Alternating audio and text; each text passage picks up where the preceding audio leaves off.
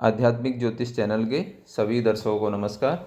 सर्वप्रथम मैं भगवान तथा परमपिता परमेश्वर से प्रार्थना करता हूँ कि आपका जीवन सुखी और मंगलमय हो और आप अपने जीवन में निरंतर प्रगति करते रहें। जैसा कि मैंने आप लोगों से जब संवत्सर विक्रमी संवत 2082 का राशिफल दिया था, तो उस समय मैंने आप लोगों से बोला था कि मैं सूर्य, मंगल, शुक्र और बुध का आपको गोचर का जो प्रभाव है आपकी राशि पर वो आपको नहीं दे रहा हूँ, और ये जब भी ये ग्रह राशि परिवर्तन करेंगे तो मैं उस समय आपको इसका गोचर का जो भी फल होगा वो मैं आपको दे दूंगा। तो आज जो है मंगल देव अपना राशि परिवर्तन कर चुके हैं 3 अप्रैल 2025 को। तो ये मिथुन से कर्क राशि में आ चुके हैं। तो आज मैं आप लोगों के सम्मुख उपस्थित हूँ मेष से मीन तक की राशि में जो भी मंगल का गोचर का जो फल होगा उसको आप लोगों के सम्मुख लेकर के। तो राशिफल को ये गोचर शुरू करने से पूर्व मैं आप लोगों से रिक्वेस्ट करता हूँ कि आप मेरे इस YouTube चैनल आध्यात्मिक ज्योतिष को सब्सक्राइब कर लीजिएगा और अपने मित्रों और दोस्तों को भी इसको भेजिए और वीडियो को देखिए। अगर अच्छी लगे तो लाइक कीजिए। और दूसरा मैं आपको ये भी बता दूं कि मैं इसी YouTube चैनल पर मेरा प्रयास है कि मैं अतिशीघ्र लाइव आऊं और जो भी आपके प्रश्न हैं या जो आपकी कुंडली से संबंधित जो समाधान है मैं आपको दे सकूंगा।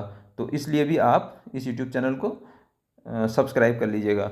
दूसरा, अगर आप लोगों को शनि की 7.5 या ढैया से संबंधित जो भी आपके प्रश्न थे या जो भी आपकी क्वेरीज थी उसके संबंध में मैंने इसी YouTube चैनल पर एक वीडियो अपलोड किया हुआ है, तो आप उस वीडियो को देख सकते हैं और जिससे आपको शनि की 7.5 और ढैया के संबंध में जो भी आपके मिसकंसेप्शन होंगे या जो भी आपकी शंकाएं होंगी उनका समाधान आपको वहाँ से मिल जाएगा। तो आइए अब हम शुरू करते हैं मंगल ग्रह का जो गोचर का प्रभाव मेषादि राशियों पर है उसका क्या प्रभाव होने वाला है। तो देखिए, जो गोचर हमने ये बनाया है अभी, ये चंद्र राशि के आधार पर बनाया हुआ है। और अगर आपकी राशि में चंद्र राशि मेष है या आपकी लग्न राशि मेष है तो भी आप इस गोचर को देख सकते हैं। और अगर आपकी राशि और लग्न राशि और चंद्र राशि दोनों एक हैं तो ये आप पर ज़्यादा प्रभावी होगा। तो अब हम शुरू करते हैं, ठीक है। तो मंगल देव जो हैं आपके लग्नेश और अष्टमेश होकर के 4th हाउस में आ गए हैं और इसका सीधा सीधा प्रभाव आपके सप्तम, दसम और एकादश भाव पर होने वाला है। तो देखिए, मंगल का जो मूल कारक है या मूल जो नेचर है वो है एग्रेशन, वो है गुस्सा, वो है एनर्जी, वो है ऊर्जा। तो यहाँ पर आपकी क्या ऊर्जा कहाँ लगने वाली है? चतुर्थ भाव में, यानी कि घर पर, ठीक है। तो आपने प्रॉपर्टी को विद रिस्पेक्ट, डोमेस्टिक एटमॉस्फेयर के विद रिस्पेक्ट या पीस ऑफ माइंड के विद रिस्पेक्ट, इन चीज़ों के विद रिस्पेक्ट आपने काम करना है। अब यहाँ पर कुछ इंडिकेशन हो सकते हैं। एक, आप बहुत ज़्यादा ऊर्जावान इन चीज़ों के लिए अपने को महसूस कर सकते हैं। दूसरा, आपका चौथी दृष्टि मंगल की जो है सप्तम भाव पर जा रही है, तो यानी कि कहीं ना कहीं पार्टनर को लेकर के, पार्टनर के साथ आपके थोड़े से मतभेद होने की संभावनाएं हैं। दसम भाव आपका करियर है, आपके अगर आपका काम जो कार्य क्षेत्र है वहाँ पर, और एकादश भाव जो है आपका सोशल सर्कल। तो यहाँ पर इन इन चीज़ों को लेकर के मुझे लगता है कि आपको थोड़ा सा ऊर्जावान आप रहिए, आप एनर्जेटिक रहिए, लेकिन थोड़ा सा शॉर्ट टेम्परनेस या फिर थोड़ा सा एग्रेशन या थोड़ा सा गुस्सा यहाँ पर दिखाने से आपके थोड़े से संबंध खराब हो सकते हैं। तो इस चीज़ का आप ध्यान रखिएगा। अब हम आते हैं वृष राशि, वृष राशि या वृष लग्न। तो आपकी कुंडली में तृतीय भाव में इस समय मंगल देव जो है गोचर कर रहे हैं, तो इनका सीधा सीधा इम्पैक्ट होने वाला है आपके 3rd हाउस में। देखिए, यहाँ पर आप थोड़ा सा करेजियस रहेंगे, यानी कि आपका जो है उत्साह बढ़ा हुआ रहेगा। आप निर्णय लेने में डरेंगे नहीं, छोटी छोटी यात्राएं आप कहेंगे, यात्राएं यात्राएं आपको ऊर्जा भी देंगी। और दूसरा यह है कि यहाँ पर आपके 6th हाउस का संबंध 3rd से है, तो आपका जो कम्युनिकेशन स्किल है वो थोड़ा सा आप सोच समझ करके कम्युनिकेट कीजिए, ठीक है। और दूसरा यह है कि थोड़ा सा आपका जो करियर का है यानी दसम भाव है, तो दसम भाव में भी आपके थोड़े से गुस्से या उसकी वजह से समस्या पैदा हो सकती है।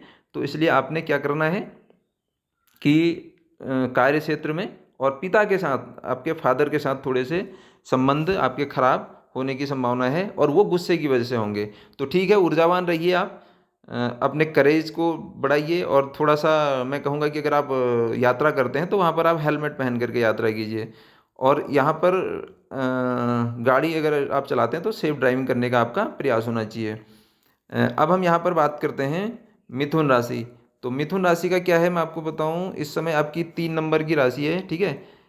और चंद्रमा मंगल आपके द्वितीय भाव में है, तो आपके षष्ठेश होकर के और एकादशेश होकर के, देखिए आपके करियर के लिए तो ठीक है। यहाँ पर आपका जो करियर, क्योंकि यहाँ से फिफ्थ है, 11th हाउस आपकी प्राप्ति है द्वितीय भाव, यानी कि फैमिली में आपके प्राप्तियाँ हो सकती हैं। और आपके फैमिली बिजनेस में अगर आप हैं तो वहाँ से आपको गेन हो सकते हैं। जॉब कर रहे हैं तो वहाँ के लिए भी ठीक है। किसी कंपटीशन को लेकर के हैं तो वहाँ पर भी आपका ठीक है। लेकिन मुझे लगता है कि जो आपकी वाणी है, उस वाणी आपकी थोड़ी सी तीखी नहीं होनी चाहिए, और आपको ध्यान देने की आवश्यकता पड़ेगी। कहाँ पे? अपनी वाणी पे, ठीक। आपके फैमिली में भी थोड़ा सा हो सकता है कि कुछ जिसको हम कह सकते हैं एग्रेशन या शॉर्ट टेम्पर, उसकी वजह से थोड़े से ये समस्या पैदा हो सकती है, थोड़ी विवाद की स्थिति बन सकती है। अदरवाइज, और अगर आप मेडिटेशन या इस तरीके से मैं कर रहे हैं, क्योंकि 8th हाउस है, और अगर आप रिसर्च से रिलेटेड हैं तो फिर मुझे लगता है कि आपको इस समय बहुत अच्छा महसूस होगा, एनर्जेटिक आप फील करेंगे। अब हम आते हैं कर्क राशि। तो कर्क राशि की अगर हम बात करें तो आपके जो हैं मंगलदेव लग्न पर हैं, तो ये सीधे सीधे आपके पंचम और दसम भाव को लग्न के साथ जोड़ रहे हैं, और इनका जो इम्पैक्ट जाएगा वो 4th 7th और 8th हाउस पे जाएगा। देखिए यहाँ पर आपको मैं एक चीज़ बताऊँ, आप बहुत ज़्यादा एनर्जेटिक रहेंगे, लीडरशिप क्वालिटी आपके अंदर बहुत ज़्यादा वो होगी, आपका स्टेटस ग्रो होगा, है ना। और हो सकता है इस समय आप थोड़े से फन और उसके मूड में भी रहें, लेकिन थोड़ा सा इसका 4th हाउस पे अगर इफेक्ट और सप्तम में जाएगा, यानी 4th हाउस आपका डोमेस्टिक एटमॉस्फेयर है, पीस ऑफ माइंड है, या एग्रेशन की वजह से ख़राब हो सकता है। सप्तम भाव आपका पार्टनर है, पार्टनर की वजह से, पार्टनर के साथ एग्रेशन की वजह से थोड़े संबंध खराब हो सकते हैं। दूसरा, कॉमन सेंस का यूज आप कीजिए, ठीक है। और अगर आप यहाँ पर अगर आप रिसर्च या आप मेडिटेशन इससे जुड़े हुए हैं, ऑकल्ट से जुड़े हुए हैं, तो ठीक है। अदरवाइज आप इससे जुड़ जाइए, ज्योतिष के वीडियोस देखिए और मेडिटेशन कीजिए और ऊर्जावान रहिए, इसके ये आपके लिए बहुत अच्छा रहेगा। अब हम बात करते हैं सिंह राशि। तो सिंह राशि के द्वादश भाव में हैं, ठीक है। तो आपके 4th हाउस को लेकर के हैं और 9th हाउस। यहाँ पर दो चीज़ें ये शो कर रहा है कि एक हो सकता है आपके मदर की हेल्थ इश्यू आ जाए उनको, ठीक है। और आप थोड़े से अपने इन्वेस्टमेंट को लेकर के, किसी आपका कोई इन्वेस्टमेंट है तो उसको एग्रेशन की वजह से आप आपका वो ख़राब स्थिति में जा सकता है। दूसरा, पार्टनर के साथ भी आपके थोड़े से मतभेद होने की संभावनाएं हैं, और उसमें मेन रहेगा एग्रेशन आपका। तो मुझे लगता है कि थोड़ा सा आप एग्रेशन उसको कंट्रोल करेंगे तो ये समस्या आपकी सॉल्व हो जाएगी। दूसरा, आपको थोड़ा सा जो हेल्थ इशू है, ब्लड से रिलेटेड कोई इश्यूज भी आपके होने की एक पॉसिबिलिटी शो हो रही है। अब हम बात करते हैं कन्या राशि। तो कन्या राशि के जो है मंगल एकादश भाव में गोचर कर रहे हैं, ये हैं अष्टम भाव और तृतीय भाव के स्वामी होकर के। देखिए, दो तीन चीज़ें हैं, अगर आपका कोई ब्लॉकेज या इस तरीके का जो पैतृक संपत्ति है या कुछ ऐसा जो ब्लॉकेज है वो अटका हुआ है, तो इस समय होने की पॉसिबिलिटी है। और जो है 3rd हाउस का लॉर्ड 11th से जुड़ा हुआ है, तो तीसरे भाव की चीज़ों से आपको लाभ दे सकता है, और 8th हाउस जो है ये सडन देगा। तो ये किस तरीके, जैसे आप मीडिया से जुड़े हुए हैं ना, या राइटिंग का आपका कुछ स्किल है ऐसा, और आप कुछ एक्शन ओरिएंटेड, या फिर जिसको हम कहते हैं जिसमें मंगल का इन्वॉल्वमेंट हो, है ना, तो इस तरीके का थ्रिल इस टाइप का लिखते हैं, तो मुझे लगता है कि फिर यहाँ पर आपके लिए ये अच्छा समय है। और मेडिटेशन तो बेस्ट है, क्योंकि 8th हाउस है, आप रिसर्च और सस्पेंस वाली चीज़ें अगर आप लिखते हैं तो उनके लिए भी बहुत अच्छा आपका रहेगा। लेकिन मुझे लगता है कि आपकी चौथी दृष्टि आपके द्वितीय भाव पर जा रही है, तो आपको थोड़ी सी अपनी वाणी तीखी नहीं बोलनी है, उसको मतलब बहुत ज़्यादा अपना शॉर्ट टेम्पर में हो करके आप, अगर आप एग्रेशन में आकर के कुछ ऐसा नहीं बोल देना है जिससे आपका संबंध खराब हो जाए। थोड़ा सा फन या मौज मस्ती करते समय भी थोड़ा सा ध्यान दीजिएगा। और 6th हाउस, किसी से निरर्थक विवाद करना भी इस समय मुझे लगता है ये समझदारी का काम आपके लिए नहीं होगा। अब हम बात करते हैं तुला राशि। देखिए, तुला राशि आपके दसम भाव में बैठे हुए हैं, ये द्वितीयेश और सप्तमेश होकर के बैठे हैं, तो आपको परिवार से लेकर के या फिर पार्टनर या पार्टनरशिप के बिजनेस में कुछ लाभ होने की संभावनाएं हैं। दूसरा, आपके स्टेटस या आप अपने वर्क, जो आपका फील्ड है, जो आपका कार्य क्षेत्र है, उस पर आप एनर्जेटिक रहेंगे और ऊर्जावान अपने आप को महसूस करेंगे। और इसके एक चीज़ ये है कि लग्न पर दृष्टि होने की वजह से थोड़ा सा मुझे लगता है आप को शॉर्ट टेम्पर होने से थोड़ा सा बचिए। किस चीज़ को लेकर के? खुद को लेकर के। फोर्थ हाउस यानी कि चतुर्थ भाव, घर में भी बहुत ज़्यादा एग्रेशन या शॉर्ट टेम्पर की वजह से भी थोड़े से संभावनाएं आपकी संबंध खराब हो सकते हैं। फिफ्थ हाउस है मौज मस्ती या उसको लेकर के आप थोड़ा सा वो रहें, क्योंकि आप जब मौज मस्ती करें, एक चीज़ का ध्यान रखें कि आप कहीं घूमने फिरने गए, मौज मस्ती करने गए और किसी एग्रेशन की वजह से थोड़ी सी दिक्कत आपको होने की एक पॉसिबिलिटी शो हो रही है। अब हम बात करते हैं वृश्चिक राशि। तो वृश्चिक राशि आपके नवम भाव पर मंगल हैं, ये आपके लिए बहुत अच्छे हैं। ठीक है, तो आपका जो है फर्स्ट हाउस का संबंध नाइन्थ से बन रहा है। लेकिन यहाँ पर एक चीज़ का ध्यान रखिएगा, आप जब यात्राएं आपकी होने की संभावनाएं हैं, छोटी छोटी यात्राएं, और दूसरा सिक्स लॉर्ड है, सिक्स लॉर्ड का संबंध थर्ड से हो रहा है। तो यहाँ पर एक चीज़ ये भी है कि आप जब भी कम्युनिकेट करें उसका ध्यान रखें, और जब आप यात्रा करें तो हेलमेट को पहनें।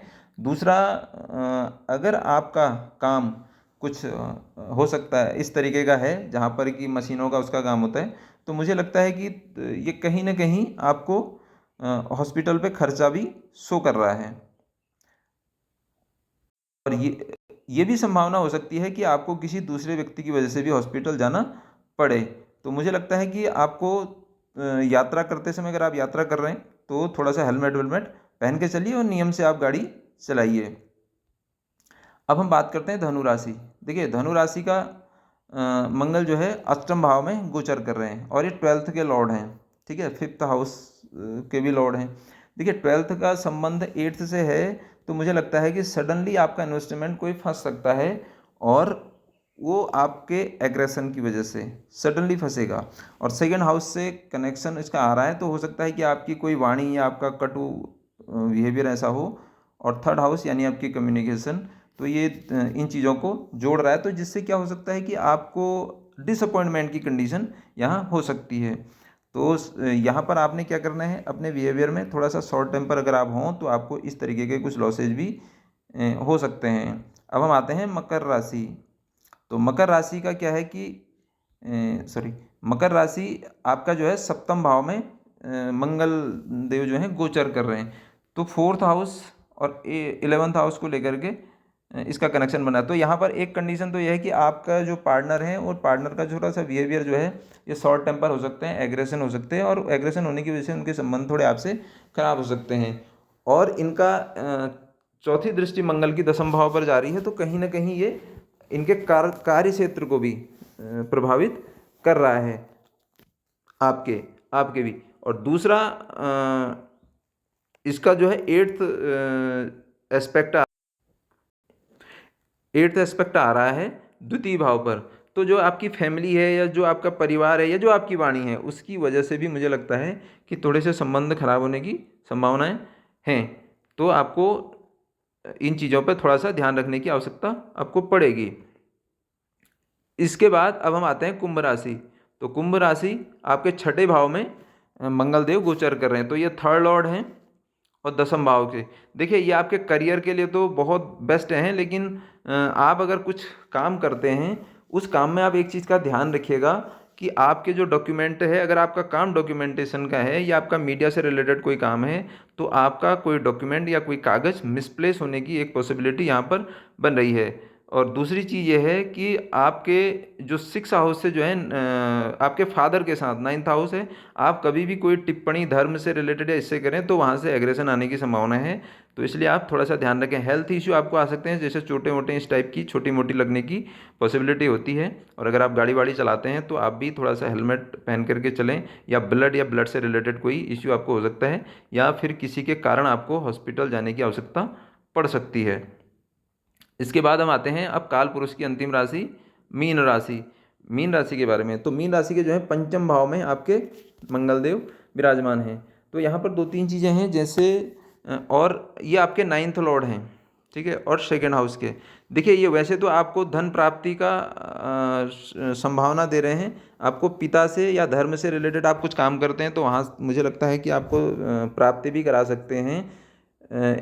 और इसके साथ जो आपके संतान है, जो आपकी संतान है, अगर आपके बच्चे हैं तो उनका थोड़ा सा एग्रेसिव नेचर रहेगा, ठीक है। और दूसरा इसका संबंध आपके 8th से भी आ रहा है और 12th से भी आ रहा है।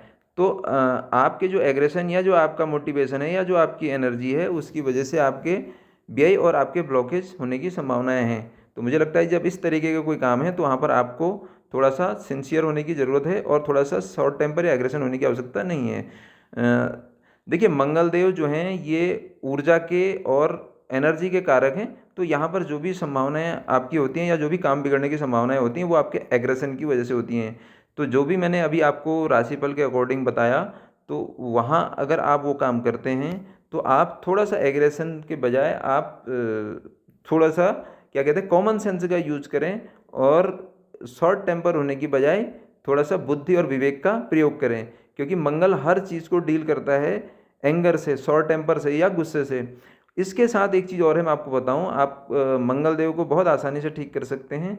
उसके पीछे ये कारण है कि अगर आप फिजिकल एक्सरसाइज करते हैं या आप अपने फिजिक पर ध्यान देना शुरू कर देते हैं तो फिर आपके मंगलदेव काफ़ी हद तक ठीक हो जाएंगे। और इसके अतिरिक्त आप मंगल के ओम क्रांग क्रिंग क्रोंग सब होमाय नमः मंत्र का जप कर सकते हैं और हनुमान चालीसा का पाठ कर सकते हैं, मंगलवार का व्रत भी रख सकते हैं। और ये समस्या जैसे ही मंगलदेव गोचर में कर्क से मेष राशि में जाएंगे तो आपकी समस्याएं काफ़ी हद तक दूर हो जाएंगी। आपने मेरे वीडियो को इतने ध्यान से सुना, इतना समय दिया, इसके लिए मैं आपका बहुत बहुत आभारी हूँ। धन्यवाद।